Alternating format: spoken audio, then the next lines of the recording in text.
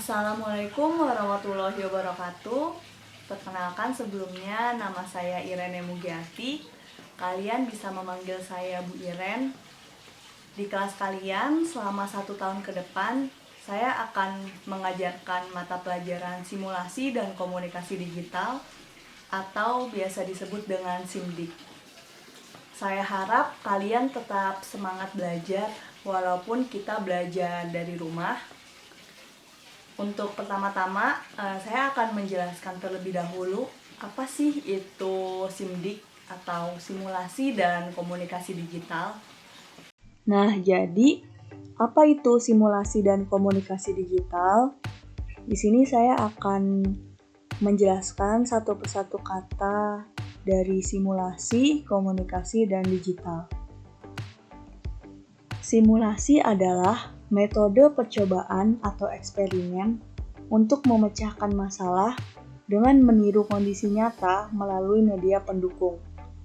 Mungkin kalian pernah dengar kayak simulasi bencana alam. Berarti itu kayak suatu uji coba gimana kita untuk menghadapi bencana alam yang belum terjadi. Selanjutnya komunikasi, yaitu proses pengiriman dan penerimaan data informasi antara dua atau lebih pengguna melalui media transmisi tertentu.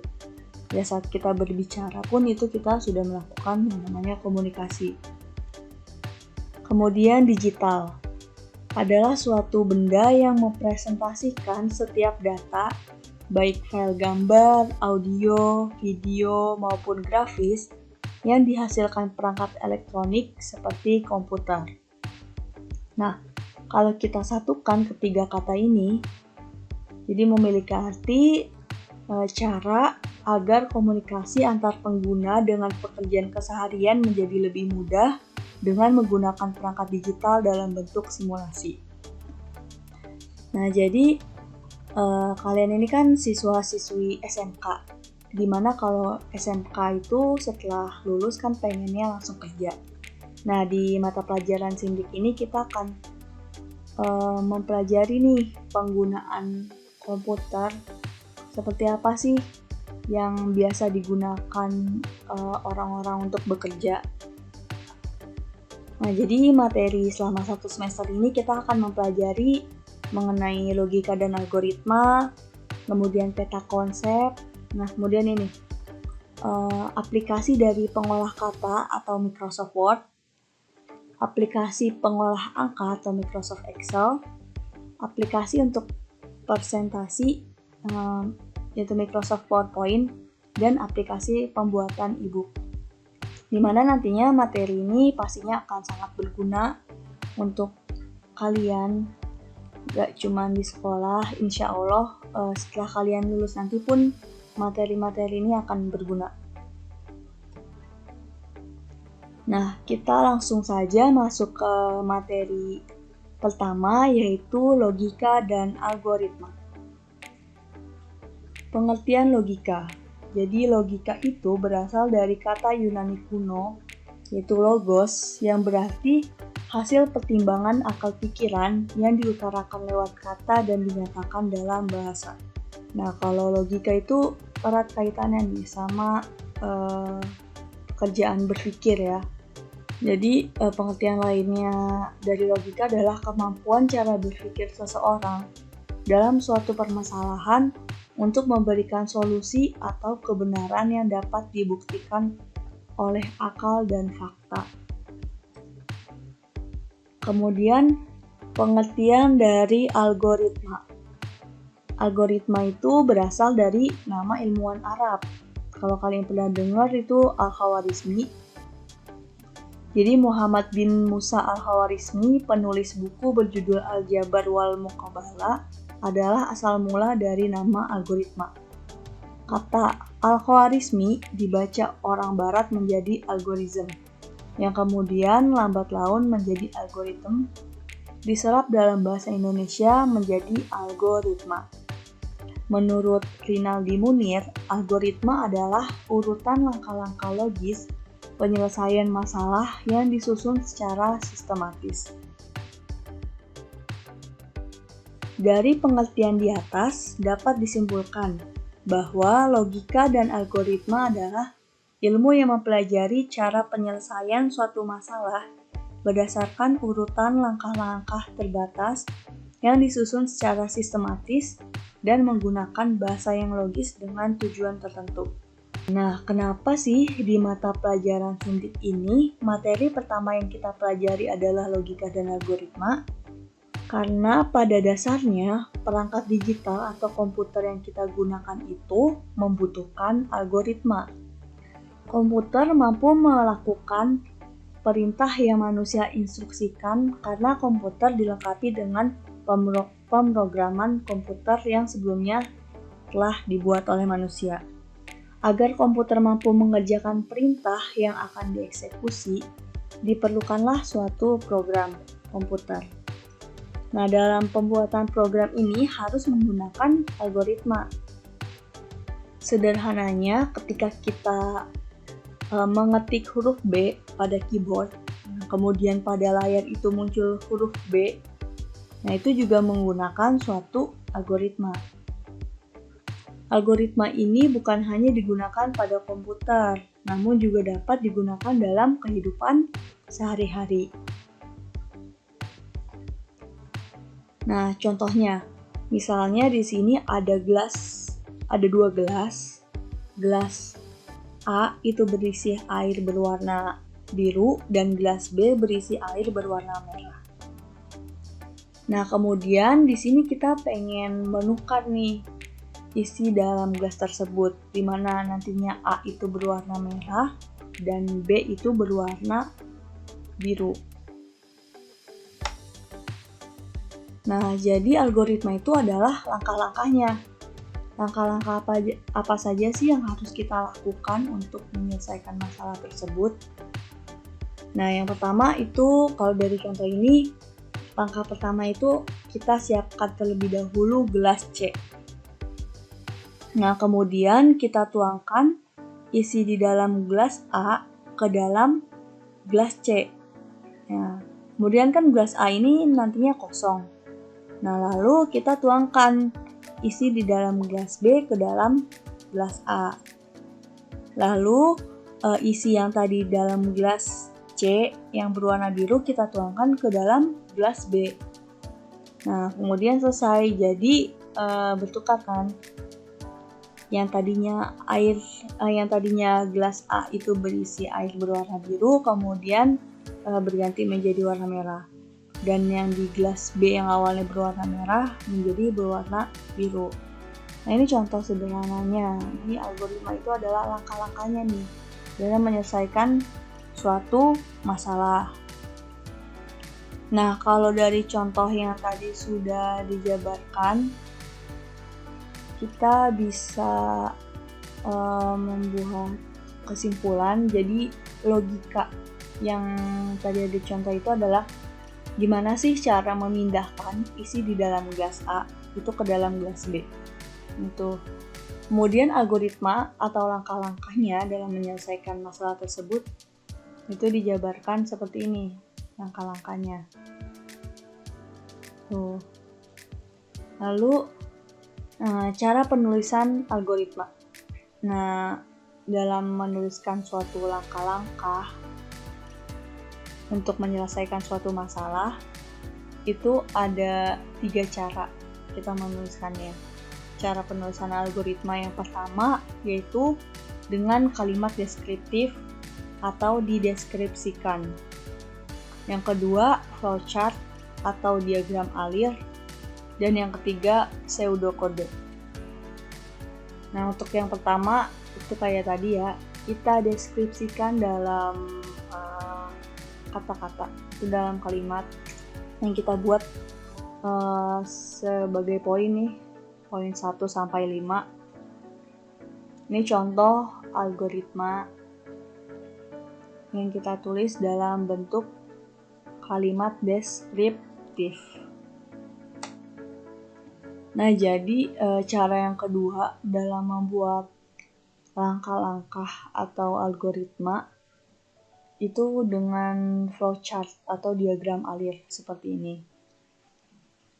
Nah, Kalau kalian lihat di sini kan bandanya beda-beda ya. Bentuk dari flowchart-nya berbeda-beda.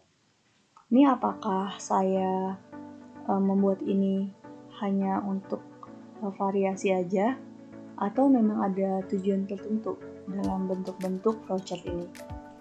Kalau kalian pernah lihat di Microsoft Word atau Microsoft PowerPoint, itu ada di bagian Insert, terus Shape, itu ada bagian flowchart seperti ini.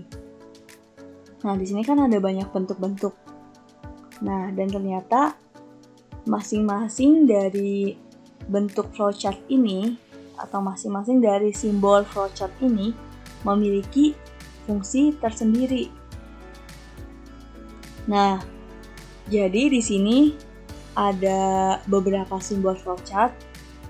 Sebenarnya tadi kan ada banyak, cuman saya hanya mengambil 6 yang menurut saya ini lebih sering keluar gitu ya dibanding simbol-simbol yang lain.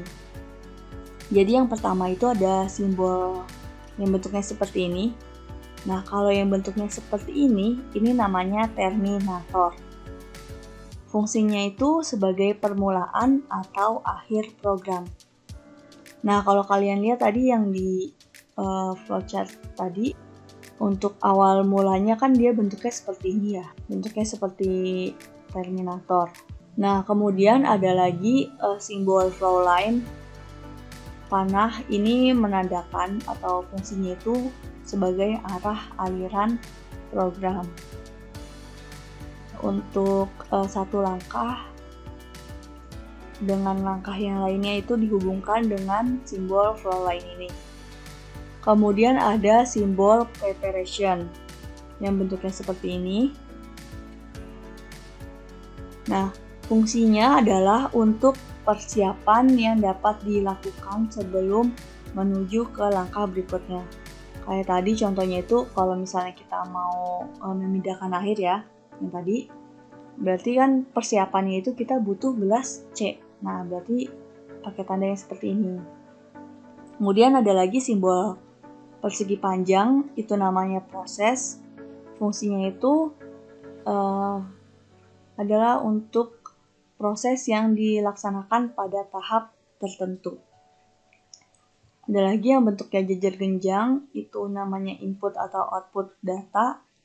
Fungsinya itu sebagai proses input atau output data. Ada lagi yang bentuknya belah ketupat, namanya itu decision. Fungsinya pengambilan keputusan terhadap suatu kondisi. Terdapat pilihan ya atau tidak. Mungkin lebih jelasnya lagi, saya akan memberikan contoh lainnya, contoh flowchart lainnya. Jadi di sini kita mau membuat suatu diagram alir atau flowchart nih. Nah, jadi kita mau membuat flowchart cara menabung. Jadi langkah-langkah apa aja sih yang harus kita lakukan untuk menabung. Nah, kalau misalnya algoritma yang kita buat dalam bentuk deskriptif kan seperti ini.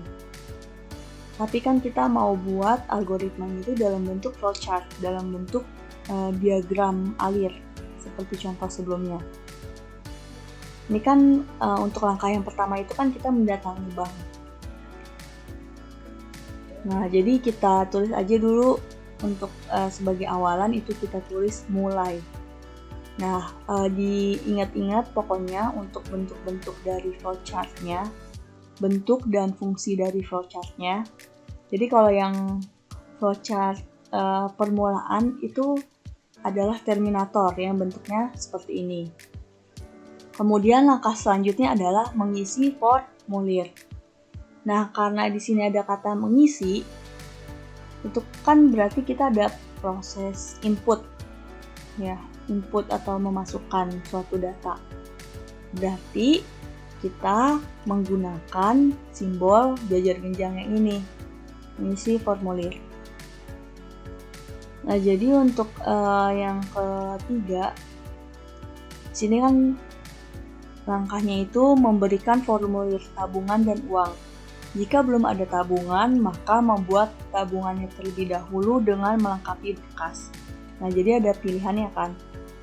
Kalau kita punya dua pilihan gitu atau perbandingan kenyataan, itu berarti kita menggunakan simbol decision.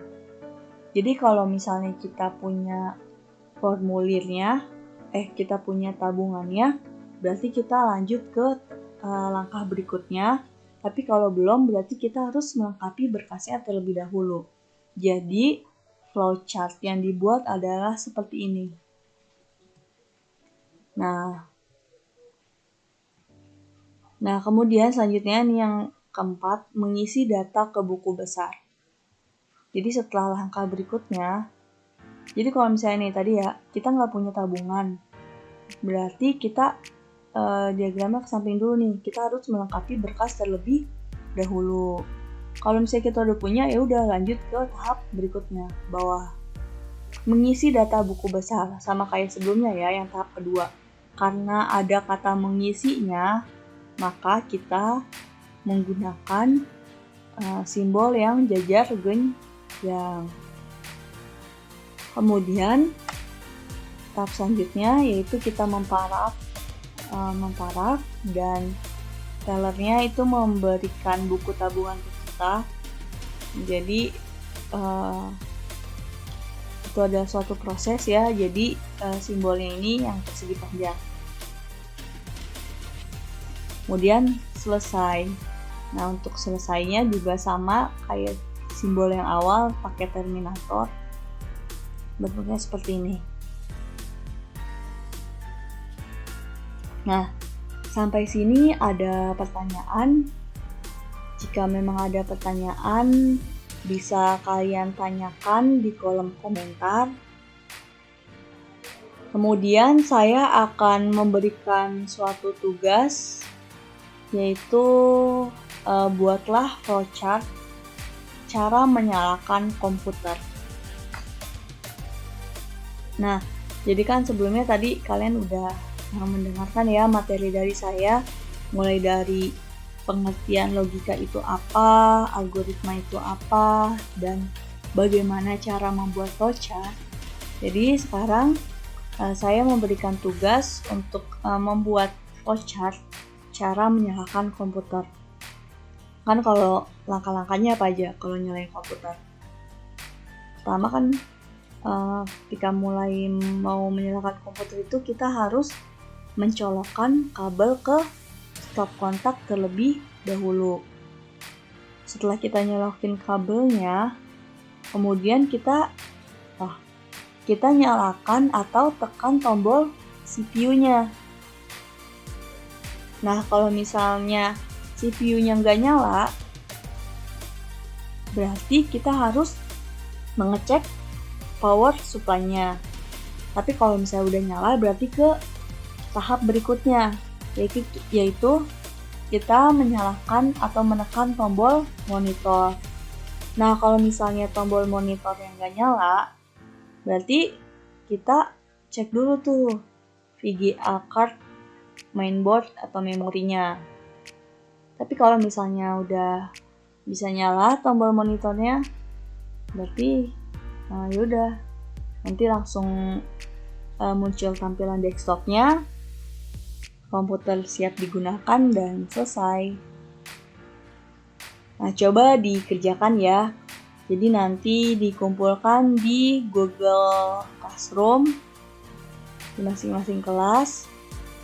Selamat mengerjakan, mungkin sampai di sini saja untuk pertemuan kali ini.